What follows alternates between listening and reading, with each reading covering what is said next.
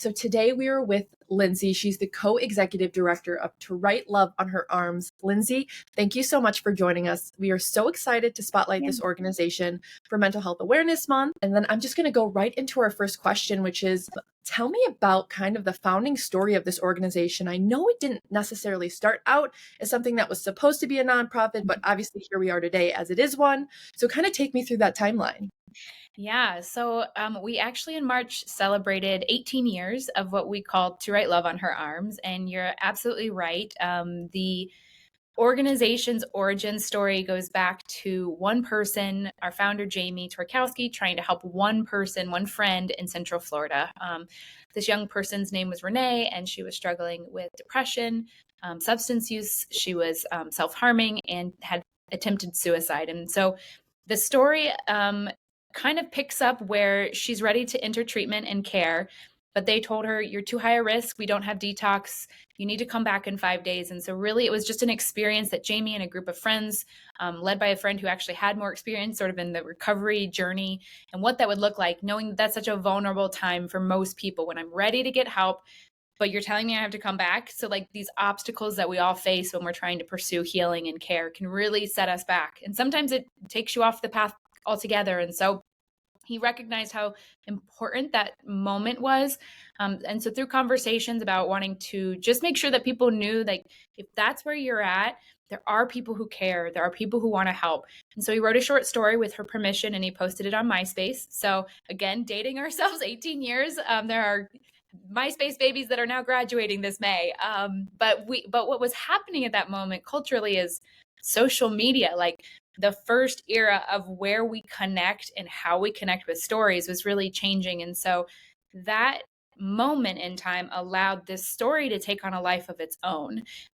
We started to hearing from people in Georgia and then, North Carolina and then Oklahoma and then globally. And it was people who said, the story you're sharing, the person you want to help, get access to care, that's me. I'm the person struggling and I've never told anybody. Or maybe it was that's my best friend and I really don't know who to tell and I don't know how to help. And so from this was really just a very deep and kind of wide conversation about mental health, what keeps us from talking about mental health, what keeps us from asking for help, what keeps us from getting help. And so we've been working this past 18 years to really chip away at each one of those questions. And today, our nonprofit is really anchored in these two ideas. It's hope and help. So we create in hope. We want people to know that recovery is possible. There are people who have been where you are now, and they have found better tomorrows. They have found healing. Journey to recovery can be very windy and twisty and setbacks. And so we want people to know that there are folks out there who get it and they care. But we do that by creating an online community. So we have a large social media presence where we're telling stories, we're starting conversations, we're engaging in sort of this social media opportunity, but we're also connecting people to help. So a big part of what we want to do is to remove each one of those barriers, right? So the first thing that people are going to ask is like, I don't know where to look. Like the internet is now the main place. 80% of teens, the first place they go when they're struggling with mental health is the internet, and it's just a Google. What do I do, etc. But we really wanted to create a tool, and we have that on our website. It's called the Find Help tool, and it gives every zip code in America the chance to look for free and reduced cost mental health services. Because the second thing that we hear all the time, and you might even have a personal experience, I've had this experience, I now find a therapist, or I've gotten a great recommendation. I'm ready to go to care. I can't afford it, or it's too expensive. And so there just becomes these like things that stop us step after step. And so by providing low and reduced cost, sliding scale, income-based, some of them are grant-based, giving people those options, it gives them the first step to say, maybe I actually can afford this. And then finally, we have the last thing, which is like even a sliding scale. Even when you reduce my copay to maybe $30, $40, $50, that's a lot when you do it 4 times a month. So we find that it's still out of reach for a lot of Americans, a lot of people around the globe. And so we created what's called our scholarship fund, and that gives people the chance to say, hey, I'm in need. This is what I'm looking for. I'm looking for counseling. I want to go once a week. And we are able to scholarship those folks and provide direct payments to those providers, just like an insurance company would. But we hope to be better than that, because, the reality is, if you even have insurance, 40% of people with insurance coverage for mental health care have to go out of network and pay privately because of the shortage of providers, as well as simply like the backlog. Like, we find a lot of folks who take insurance have long waiting lists, or they're just not available. And so we found that there's a lot of broken parts to our mental health system, and there's not what's called fully, in my opinion, parity between physical health and mental health. And so those are things we're trying to work on. I would also say that we know the conversation starts younger and younger than it was maybe even in 2006. So we focus on providing mental health literacy campaigns for high school students. In the past, we've provided programs to college age students, young working professionals. I think there's a lot that we can all be doing. So we also provide free mental health resources that can help you build resilience. And that's something actually we just launched in honor of this Mental Health Month. It's our mental health toolkit. And so we're going to just keep plugging away. Gosh, I could keep going on because we have so many different things that we do, but a lot of folks encounter us in sort of untraditional spaces. So we might be live streaming on Twitch. We might be going live in different avenues, or we're actually in person. Like, we've got a team right now at a large music festival here in Daytona Beach, Florida. And so we got a team that travels across the country to show up in places you might not expect, to have a conversation about mental health, to really chip away at that word called stigma that keeps most people feeling like, I do not have permission to talk about this in private, and I definitely don't have permission to talk about this in public. And so merchandise for us is also, this is a shirt we're wearing for the campaign, You Are Worth the Effort. We create merchandise to be that little sneaky Trojan horse. I think we're more used to seeing sort of mental health branded clothing statements now, but really in 2006 we are and we're unique in this space. And so the shirts help fund our mission and everything we're investing on the missional side, but they really are in and of themselves, in my opinion, a mission thing that you can do, right? If you see a shirt and you say, what's to write love on our arms, or what does that statement mean? It starts a conversation. And I think that's the open door we're all looking for. And so that's a piece of the work that we do as well. Going back to the beginning, it really felt like how it all started was almost like a ripple effect. Yeah. Of like everyone, because I feel like the talk of mental health from that time period to now has definitely changed. Yes. And I love that you guys go to like in-person things, whether it's a festival, whether it's something that's specifically mental health related. And the idea of like branding clothing. We just talked to a nonprofit and they mentioned those two same things, where they get out there and they go to these festivals and they talk to these people, because like that social interaction is like the best you can get, right? Yeah, it is. In the branding and the clothing, right? Like the more people that wear your message, the more people that wear this brand, it's just like more publicity in a way, right? But in your case, it's like also spreading that positivity of these kind messages and gets people talking. And I think it's a good thing to normalize the conversation around mental health, because like, especially in today's day and age, I feel like it's just a more common thing people struggle with. And maybe that's because it's just more people feel okay to talk about it, because it's more, I mean, it's still evolving, right? It's not in a perfect world. And the aspect of you guys going the extra step, instead of just like, here's just like, tips and tricks to better your mental health, you're going in there and providing tools and acknowledging that like these mental health luxuries of therapy and stuff like that, like there's a cost to that. And a lot of people where it's like, I would get help, and been in the same position where it's like, maybe I'll start seeing a therapist and then I'm like, oh my gosh, I cannot afford to continue. And then the financial strain of that is almost stressing me out more. So I'm like, I don't want to do it. So I love that you guys acknowledge that aspect of it, because it is probably like almost everyone has a story in some sort of like healthcare way that is an issue. I noticed you had this cute little self-care tab with like breathing exercises. And I was like, this is so cool. Like it's fun, but also I was like doing the little breathe. And then, so I should have done that right before we got on. Actually, so tell me a bit more about that. Yeah. So on our website, one of the things that we try to do in that, there are resources, I think we come at mental health from this perspective that everybody has mental health, but we don't all start really with the same tools at all. Like, we're not all in the same place to nurture our mental health, to build resilience. And then I like to say, it's not a matter of if the storm's going to come, it's a matter of like what tools you have when the storm does come. And so on our page, we have the self-care tab, and it's a cute little precursor to our more robust mental health toolkit that will be fully launched by the end of this month. Right now, it's an exclusive kind of access to some of our campaign supporters. But really, that page came out of the pandemic and really just feeling like people need practical places where they can land, where they can really just reset and have just even the tiniest bit of like an anchor, the tiniest anchor that they can have. And so, there is a place to just practice on breathing, to check in with yourself. Have you met your basic needs? We find that a lot of people spend a good amount of time on our website in that spot. And so we wanted to expand upon that with our mental health toolkit. And I would say it's 10 times more robust there, and everything in it can be completed activity-wise between 5 and 20 minutes. But you're going to hear messages from therapists teaching you some of these practical tools, the things they think are the best in show for when they're seeing and working with clients. These are the things that work. This is the thing I want to bring to you if you're struggling with trauma, or the thing I want to bring to you if you're struggling with substance use. And so we love that that's available. And then there are these affirmations, there are breathing techniques, there are worksheets. I think every person comes to the conversation of what can I be doing for my mental health, sort of with a prescription from our general culture, which is go see a therapist or go outside and just work out. And we love both of those things. And we're actually doing a virtual 5K right now. So we clearly are like, we're behind it, right?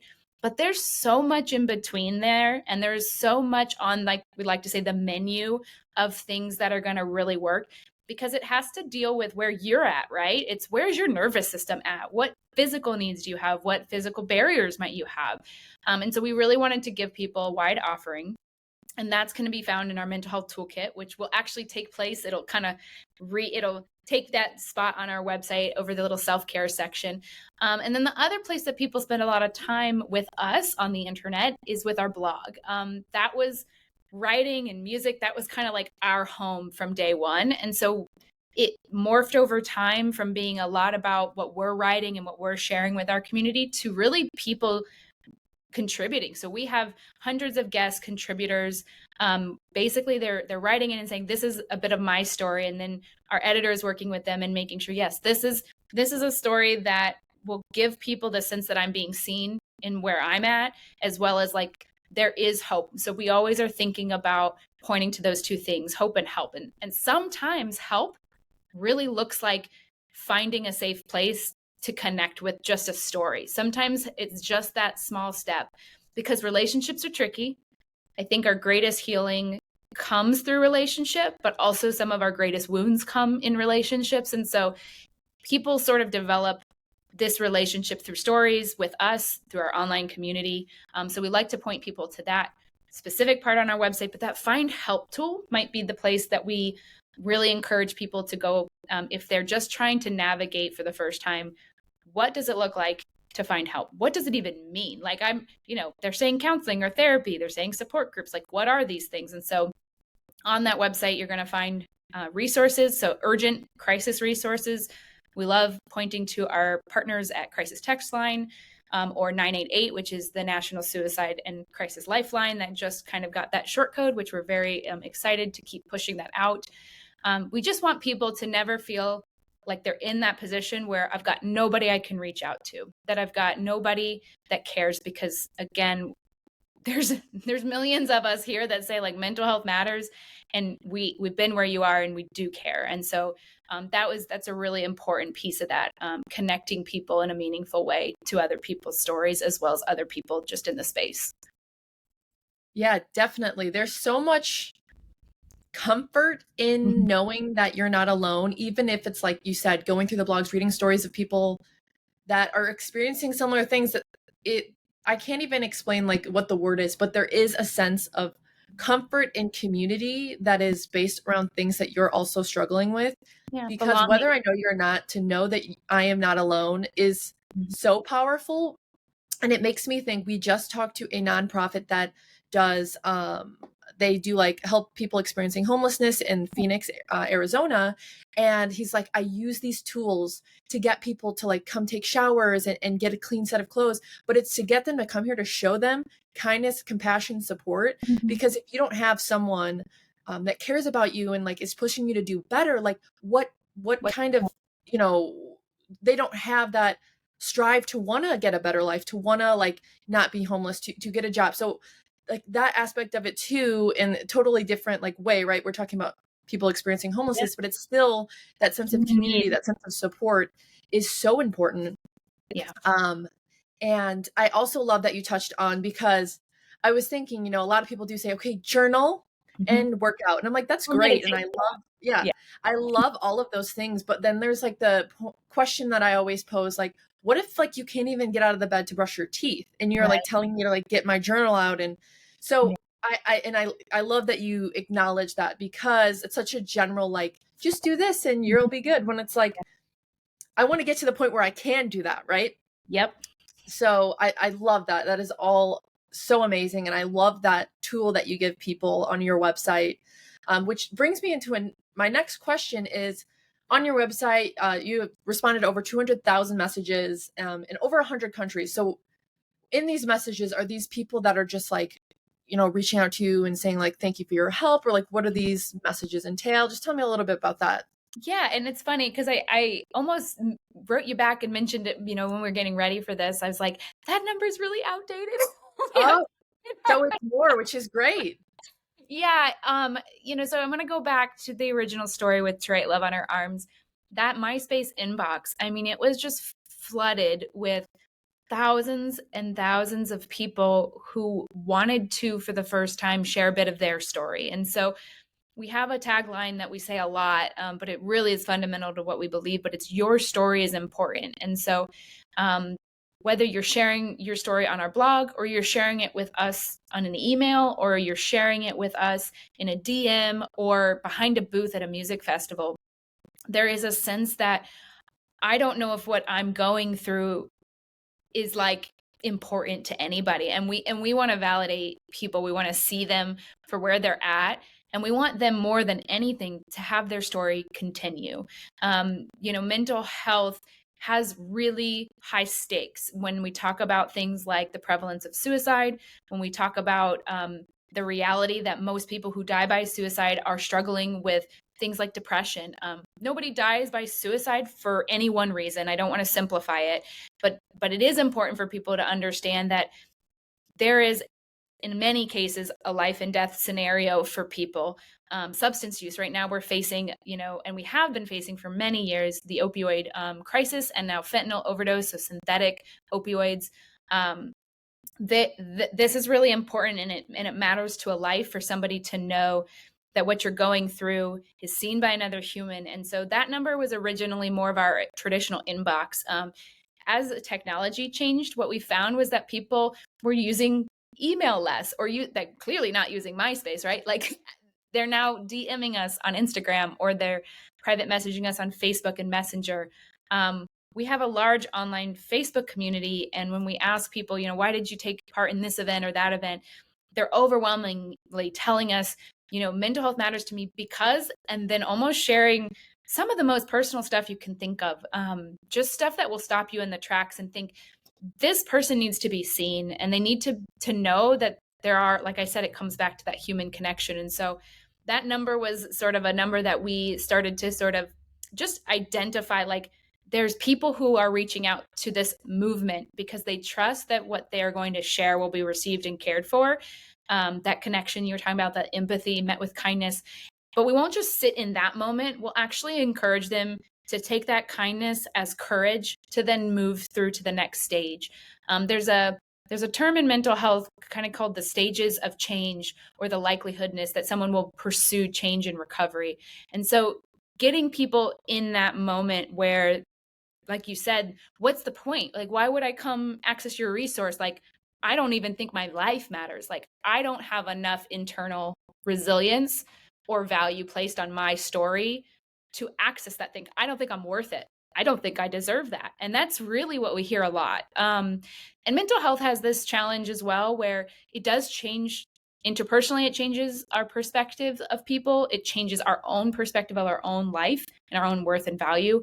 And so validating that, confirming that that is a symptomatic sort of experience of these challenges allows people to say, okay, well, maybe I can access that care. Maybe there are folks rooting and cheering me on. And so that's a bit of the approach. It's connecting with people in a really meaningful way. It's not canned responses. It's like, I see what you shared, Sharon, in Ohio. I don't know if Sharon's in Ohio, but like I see you, and I'm really sorry. We really believe that you matter. We hope you can find one person to trust. We hope you can find somebody in your local community. Here are the resources. We've looked up a couple counselors for you if you want to take that step. But here's some free resources if you can't take that step. It's really meeting people the best we can with a holistic view of who they are and not a label, not a diagnosis. We work with mental health counselors and develop things with them. But ultimately, this is a group of people who've just been there, who get it, who've seen these hard days and just really care passionately that people would feel seen and connected to other people in their community. And so that's a piece for us. And then that country piece, that also always surprises me when I hear the number, because somebody asked us earlier, I was on another interview earlier this morning, and they were talking about, they're like, oh, so are you in Central Florida? That's where we're located. And I was like, well, yeah, we're headquartered in Central Florida, but we're national, and we're also international, because these stories very early on crossed that line. They crossed the ocean, they crossed borders. They started to just feel like, oh, like this is around the world.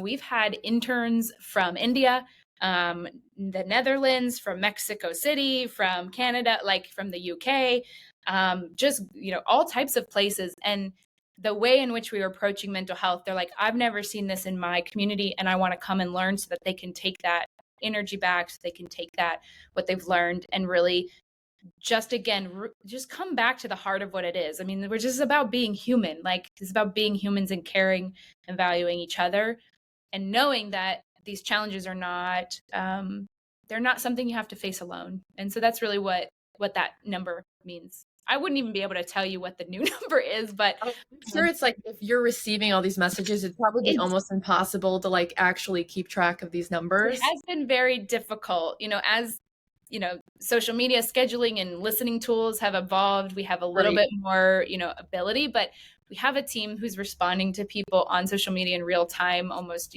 throughout the week. And so, it's a little impossible to know how many at this point that number is such a powerful tool. And it's like, when you look at it, like the basis of it, it is like such a simple thing, just responding to these messages, but like the impact and the ripple effect of that, like, a lot of these people, or some of them, right, might not have anyone to feel comfortable sharing these things, these thoughts, these feelings, or in an environment where maybe mental health isn't taken seriously. There is a lot of, situations like that still. And I think that even like myself, I think about mental health and thinking, my story, my mental health problems compared to other people, it's not that bad. Like, I need to just, and I feel like a lot of people think that way, where it's like, maybe I'm overreacting and I'm just like being a baby. And then I have to take a step back and be like, no matter what it is, it's easy to compare yourself in any aspect, especially with social media, but mental health wise, in general, I find myself a lot of the time comparing my struggles to others and wondering, is mine really that bad? Or so I love that, what you said about, telling people that their story matters, and being maybe that one person that's willing to listen to the issues that they're struggling with, or being that one person that pushes them to pursue these resources or the free resources that you offer. It's just incredible, all of the things, all the different things you guys are doing. And I also was looking on LinkedIn. I noticed that you've been with them. You might have interned, and then you've been with the organization for a while, right? Yeah, so I started in 2009, actually, as the intern program director. So my first thing out of college was, hey, this organization is really, really tiny, but there's lots of really passionate young people who want to see this succeed. And so my job was making a program that taught them some valuable skills, equipped them with some things. Like I said, we had interns coming from all over the nation, sometimes internationally. And I did that for 2 years. And I think what was really special about that position, and I said I'll only do it for a summer, I did it for 2 years, but that position was really about, hey, what does it mean? What does it mean to live in community? What do we mean when we talk about people needing other people? And so they would work and live together. And it was sort of this experiment of, we've all kind of walked through our own challenges, but what does it look like if some people for the first time relying on others around them, and then also in that professional being able to serve.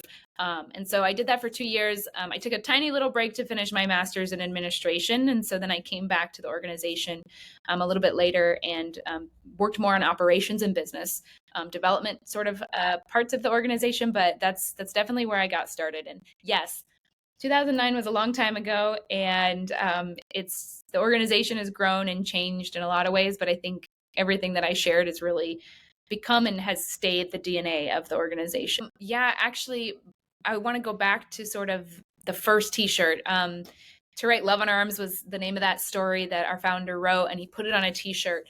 And it was such a unique statement. It refers to the young woman Renee had taken a razor to her arm and wrote the word F up. I'll just say it that way. And so that was a bit of this is what I believe about my 18, 19 years on the planet. This is what I feel about myself. And so To Write Love on Our Arms was this idea that, like, what if love covered over those things that we felt were too ugly about our story or where we're at? And what if love was the primary thing that we were able to receive to sort of give us that chance, that internal sort of strength to reach out and to keep pursuing this thing that is like so hard, right? It is so hard for so many people. It's never easy. It's never what you think it's going to be. And so with that in mind, the shirt sort of became this identifier of people in local communities where it's like, I know what that is, and that's awesome, and I love you as a person. You know, it just became this like, I would like to say that it sort of created its own culture, and in the music scene that became really known, where I would say emo days, but on Vans Warped Tour, different musicians were wearing this, and it signaled to their community, like, I care about mental health.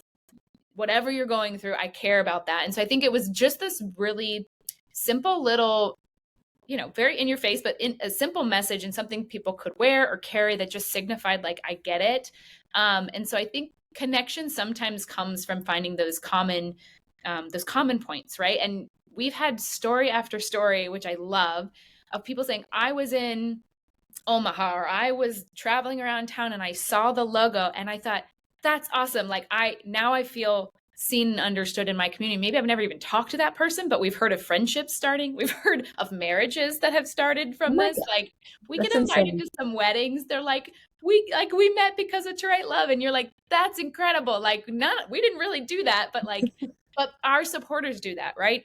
They wear this message out and they wear it publicly, and it does signify, I think, a culture shift. And there are more, brands in the space who, are leaning on that type of message, but really that is a cultural thing. Like, when you think about what is culture, it's the language we use, it's the clothing we wear, it's the way we interact with one another. And so that was, to us, one of the most interesting and unique things to do. And when we told people for the first 10 years that we were funded by t-shirt sales, I think people were like, I'm sorry, what? Like, we don't, we were the non-typical nonprofit where we started really out of these merch sales and then kind of got our feet under us and eventually got through the more traditional, like, peer-to-peer and major gifts and grants. Like, we're just now at that stage after 18 years because of how pivotal and how important, like, shirts and clothing and wearing this message out has been for the organization. So Yeah, and like, thinking about that, that is awesome also, because I was going to ask about funding, but so it sounds like, at least in the beginning, a lot of funding came from the merch sales. Yeah. It makes so much sense, because I just think about in my day-to-day life, when I see someone that's wearing a shirt, maybe it's a band, maybe it's just like a very specific thing that I like, and I'm like, I have to talk to that person right now and like let them know that I'm with you on that. Like, I see you. We're on the same wavelength. Yeah, right. Or like, it's just like, so it's so, and thinking about that in the nonprofit world, it makes so much sense, because I just love that aspect of it. And it's just clicking for me now. Like, of course that makes sense, because it makes sense in any other kind of, genre of interest, right? Is what we're wearing and the things that we're putting on our shirts and what it, like, the message it's sending to the people around us. It's like empowering to know that there's people like you guys that are out there implementing these resources and helping these people. And it's been such a pleasure to talk about all of this and to learn more about the organization. And now, like, I want to look at these free resources, and Yeah, I'm empowered I'll send you the to do toolkit. yes. The So I'm early like, access. I'm just like talking about it, right? How we, going back to what we talked about, talking about these things and making it almost not normalized in the conversation, but knowing that it's okay to have these conversations Yeah. and it's important to talk about your mental health. It makes me feel better. Like, and Yeah. also just knowing that you've talked to all these people that feel the same way that I felt at one point. Okay, so share with me a memorable success story or some impactful moment that comes to mind that really highlights the effectiveness of your organization. Yeah, there's a couple. I think because we work online, I want to give you one of those examples, and then I can do something that's a little bit more like a face-to-face sort of interaction that we've had. Mm-hmm. One of the things that we actually really try to keep track of, and we're getting better at doing it, but we hear a lot from people. To write love on our arm saved my life. And a lot of times those are coming unprompted from supporters. They might be on a comment to something that's not related and they just need to share, or maybe it's coming in a DM, or it's one of those 200,000 plus messages. And I think for us, that is like the ultimate success. And not that we're not really trying, we're not crisis responders, we're not there to connect with somebody, but somebody somewhere in the middle of the night felt so alone, and they felt like we were a place that could help get them through the night, that because we existed out there in the internet somewhere, that maybe it could be okay. And so they choose to hold on through the night. And that for us is a success. So we hear those a lot, and we're working towards actually like a supporter sort of survey, because we want to try to quantify this a little bit more. Like, what has To Write Love meant to you? What is it meant to be able to read these stories? What is it meant to have access to these toolkit or the resources we provide? And really kind of creating more of a tangible, this is the impact, because we get that feedback a lot. But then I think about a local family. This family lost their son to suicide, and we actually got a message by the grandmother and said, "Hey, her daughter and their kids, the sister and the husband and wife, they're in a really rough place. This just happened. Can we help? Can we get them some assistance?" And so we were able to work with that family and get the mom. The mom and daughter were willing and ready to work with a therapist and do some trauma therapy to help process the grief and the traumatic experience that they've had. And the dad was reluctant, but eventually was willing, because the funds were available for him to seek care. And so a couple months passed, and we had a warehouse sale outside of our headquarters here in Central Florida. And she came up and says, "You've helped my family get access to care, and this is the best that I could hope for right now. They're doing okay. They're stable." And that doesn't take away the pain that they're going to face. It doesn't change the fact that there's an empty seat at their dining room table right now. But it was, for her, it meant the world that her family had support, because she didn't know how to necessarily help them, but she was doing everything she could to help them. And I think there's a lot of families in that position. There's a lot of friends, a lot of siblings, when they lose people, or even when they just start to recognize the weight of a mental health challenge on somebody they love. It's, how do I show that I can support you? And so we've become a resource for that. And so I hold those two stories. One being, the internet, and we believe that person's real and that they exist, who says that this mattered to them, and they chose to stay here. They chose to fight for their story. That's a win. And then also the family member who's just like, I didn't think I could help them in any real way. I wanted to, and you guys were the reason that we could help. And so those two things stick out for wins for us. That is amazing. And I think about, even we work with a lot of nonprofits, as we're a fundraising software. Yeah.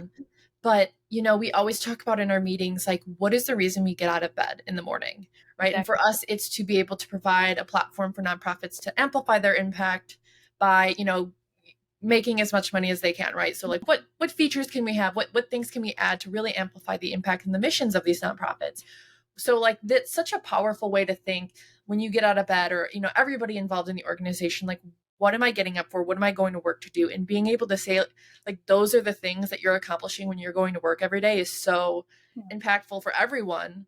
But because the last thing I wanted to ask is like,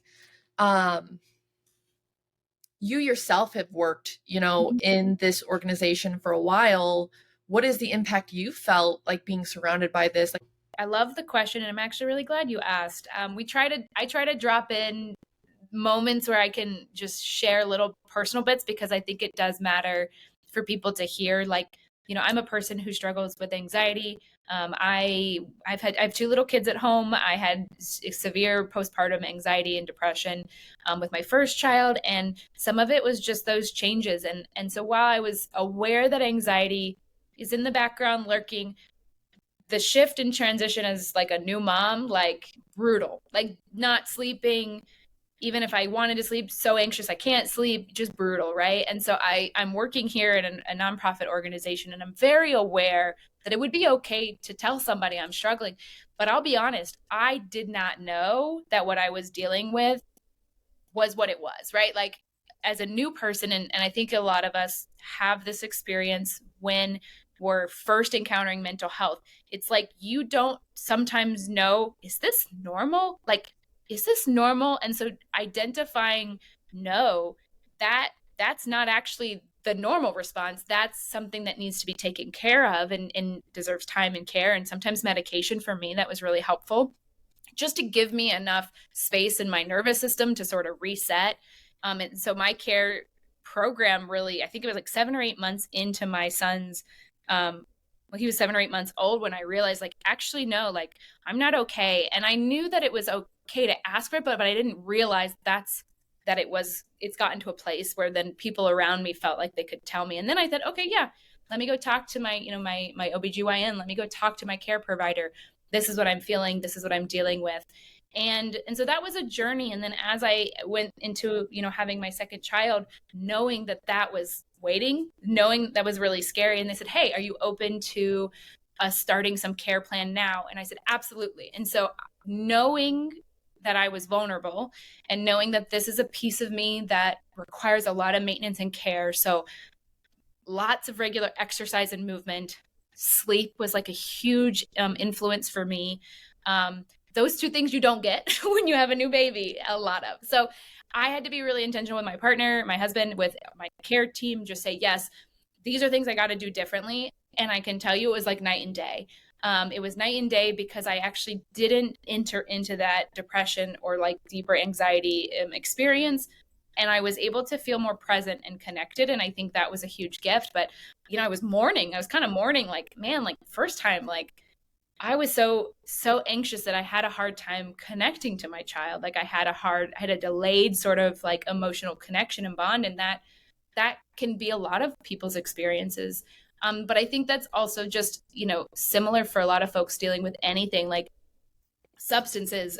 Maybe you're winding down with a glass of wine or a beer, and it's not until you realize it's the only way you can unwind, and then it's become a problem, right? Or it inhibits or challenges and interferes with your life and things and choices you want to pursue. And so I do like to end the conversation a little bit with just saying, like, this work is heavy. We try to, care for people the best we can. But it's my priority as a co-executive director, and the Jessica, who I share that kind of partnership with here at To Write Love. Like, what is our team going through? What does it look like to care for a team of people practically? And sometimes that looks like paid time off to pursue counseling and therapy. We have, the services that our team can apply for funds if you can't even afford a copay, or, hey, you need to take a leave of absence if you have a mental health challenge that, puts you in a position where you can't pursue care unless you have that space. It looks like normalizing our team who will be very much on Slack saying, okay, logging off to go to therapy. See you guys. And that's normal. That's not normal maybe in other places, but for us, we're inviting our team in May to do mental health challenges. So, like, what are the tools? What don't you have in your toolkit yet? Is it meditation? Is it journaling? Is it just connecting with your breath? There is a thing that we fight in nonprofit space. I feel like regardless of what type of nonprofit you're in, which I think is burnout and compassion fatigue. And so with us, we're doing more trainings on that. Really identifying rest is really important. So at different seasons, Fridays might be just, we don't work on Fridays, or we have flex Fridays, or we do things like sabbatical. So every 2 years you get a month off, and that's it's a paid month off, and we want you to reset, recharge, and come back renewed and able to sort of think about whatever your role is and kind of think about the future and kind of feel like you have the energy to do so. So those are things that I think are really practical, but from my own personal standpoint, I've had to continue to pursue what tools I use. Sometimes it has been meditation. It's never been journaling. I'll be really honest. It's never been journaling for me. No hard jabs at journalers. But it's been movement, breath work, sleep. Those are the things. That's what I need. So yeah. I love that. I love those little things that you offer to the people that work, within the organization. I think that, mental health, your role in work, and, you're working, let's say 40 hours a week, like that's a big chunk of your time. And a lot of that plays into your mental health as well. So having those outlets and having those, things in place so people know it's okay to do. And I love that every 2 years, a month off. That is amazing. And I think it's so important, especially in like the workforce, to address stuff like that, because burnout is so true in any kind of field or career. And I just love that you guys take that so seriously. I mean, I'm only assumed, given what you guys do on a daily basis, that would be the thing, but I just love all of the different things and how open you guys are in just communicating that, yeah, I'm in therapy. That's okay. Yeah, creative. We actually also, and I totally forgot to mention this, but 2 years ago we launched what's called the Hopeful app, and it's a free app that we've created, and it gives people the opportunity to do mood tracking and daily journaling. So we have prompts that come from To Write Love, and that you can track those things. You can connect with different stories at different seasons through the app. But it starts out with a screen for your phone that just is simply meant for encouragement. And so some people are using that as their digital journaling space. But, however you need to connect with yourself and however you need to show up for yourself, we're cheering that on too. That is amazing. I love that. I'll have to check that app out. So any parting thoughts, anything that we didn't cover, any last things, or even just something you want to say to the people listening in, anything, the floor is yours before we wrap up. Yeah, I would just say that we really believe it to be true, that hope is real, that help is real, and that your story does matter. Your story is important. This world would not be the same if you did not exist. And so we want to be there to help people stay. We want to be there to help people get the resources that they need. And maybe the mental health conversation, you've been like on the outside, kind of skirting around it, or just maybe you're curious. We would love to connect with you in a meaningful way. So, TWLOHA.com, or on Instagram, TikTok, Facebook, X, Pinterest. I think we're still on Snapchat. Anywhere that you like to connect online, we're there too. And we'd love to connect in like a meaningful way and just make sure that, people don't feel alone. So thank you so much, Kelly, for the opportunity to share. Yes. Thank you so much for joining me and Lindsay. It has been a pleasure to learn about the organization. Everybody go ahead and check out in the description below To Write Love on Her Arms. You'll find their website, some free downloadable resources, as well as a link to their app. Thank you so much, Lindsay, for joining us. Yeah. Happy Mental Health Awareness Month. We'll catch you guys in the next episode. Bye. Bye. Thank you.